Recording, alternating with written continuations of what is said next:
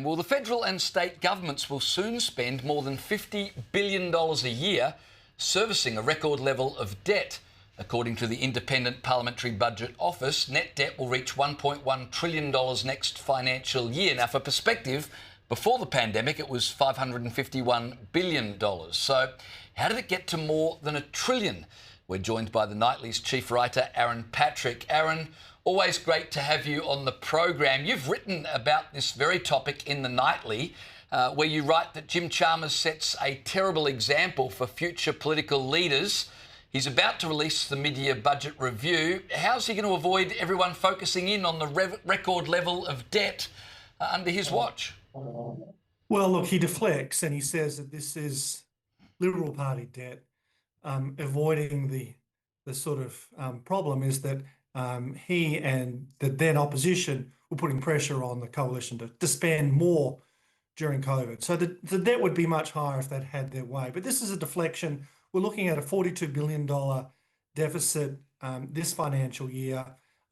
There's no serious plan to resolve it. I saw the Prime Minister on television this morning do an interview, and he said, maybe we'll have some sort of economic measures coming up to some economic reform measures. But the problem is that we've got an overheating economy, inflation's going up. Some economists are saying interest rates are going to go up.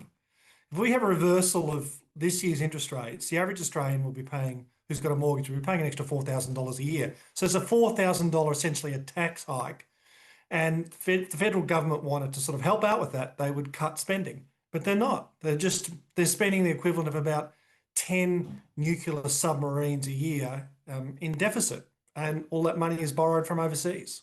Well, I mean, that's just absolutely unsustainable. And look, speaking of, Labor's spending is growing faster than the economy as a whole. We'll talk about GDP earlier. It grew by 0.4% in the September quarter to 2.1% across the preceding year. Aaron, will it be everyday Aussies left to pay for it? Well, Danica, of course. We're racking up massive amounts of debt. There's no credible plan to bring the budget back into surplus in the next sort of few years. And the legacy is going to be a country with huge debt, which people are going to be paying off for decades.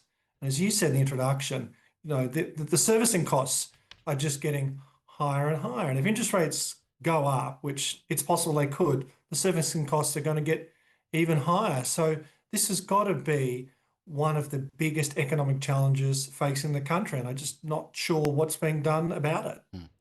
Aaron, if we can, I want to move from the economy to national security for a moment.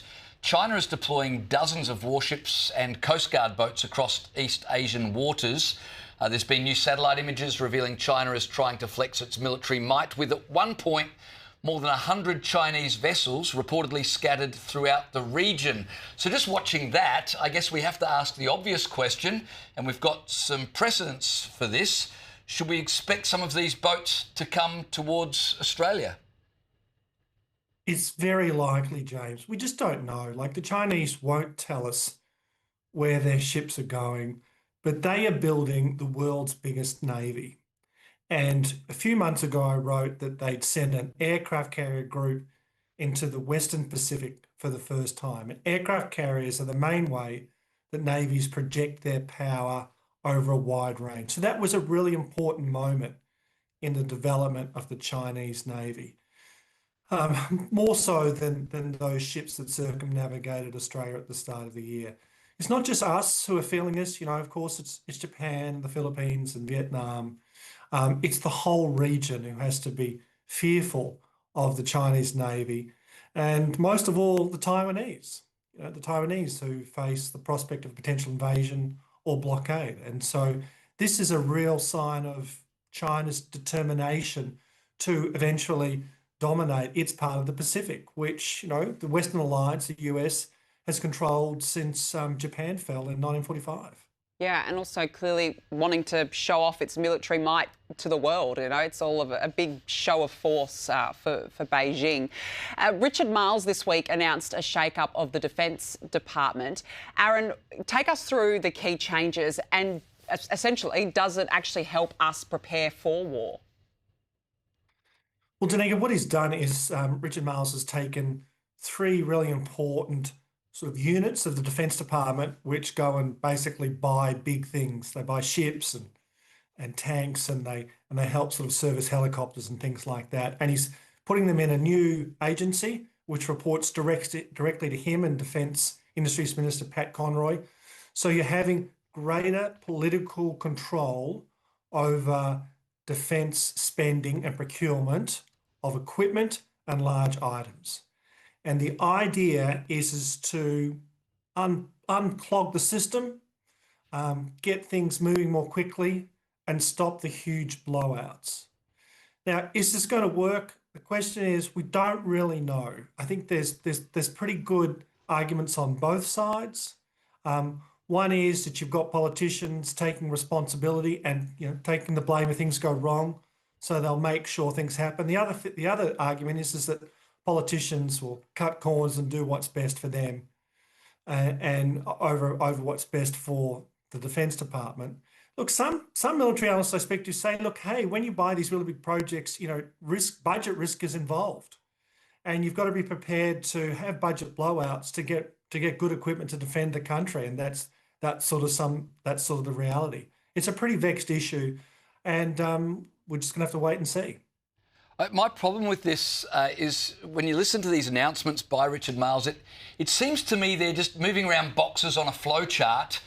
This person will now report to that person, and this one who used to report there will now report somewhere else. And it's hard to really believe this is much more than the government trying to appear to do something, because they've had so much criticism for a failure to get Australia into a position where we really can defend ourselves. Is that fair? James, look, mate, I hear where you're coming from. I have a slightly different perspective on it. I think it is more than just moving the boxes around. I think it is changing the way changing the systems of accountability and the lines of accountability for buying some of the most expensive things that the government buys. And you're circumventing, the admirals and the generals and the air marshals. These are the guys who run the ADF. These are the guys who we entrust our nation's defence in, and we're taking away a lot of their decision-making power for the kind of destroyers we get, and big ships like that. So I do think it's a bit more significant than that, and I think it's a sign of Richard Marles. He's been in this portfolio in government and opposition. I think it's for 6 years now, and he knows the area pretty well. And I think he's saying, I think I can do a better job than you guys. And I think, and I'm gonna take control of this. And with this Labor government looking like they're going to be in power for some years, he's going to have to deliver. Well, I don't disagree with you on that. They look like they're going to be in power for a long time. But what's the point of having this new spreadsheet for procurement and how all that'll work, even if it's a wonderful rearrangement, if we don't have the defence budget to purchase all of these hardware that we need? What good is this new procurement process?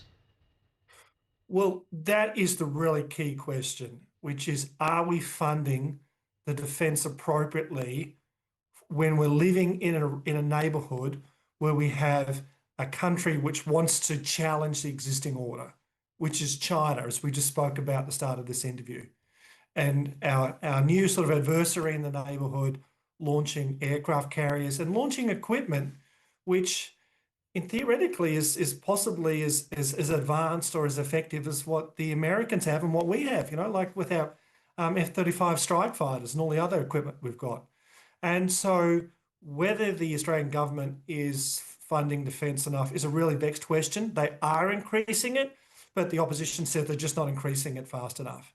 And I think, to be perfectly honest, I think Anthony Albanese is more interested in social policy. I think he's more interested in, in the Medicare rebates for GPs and giving students discounts on their fees and things like that. And that's where he comes from as a politician, the kind of guy he is. So, I'm sure Richard Marles is out there fighting as hard as he can within the government for that spending. But this is a government which is more interested in social policy than defence policy.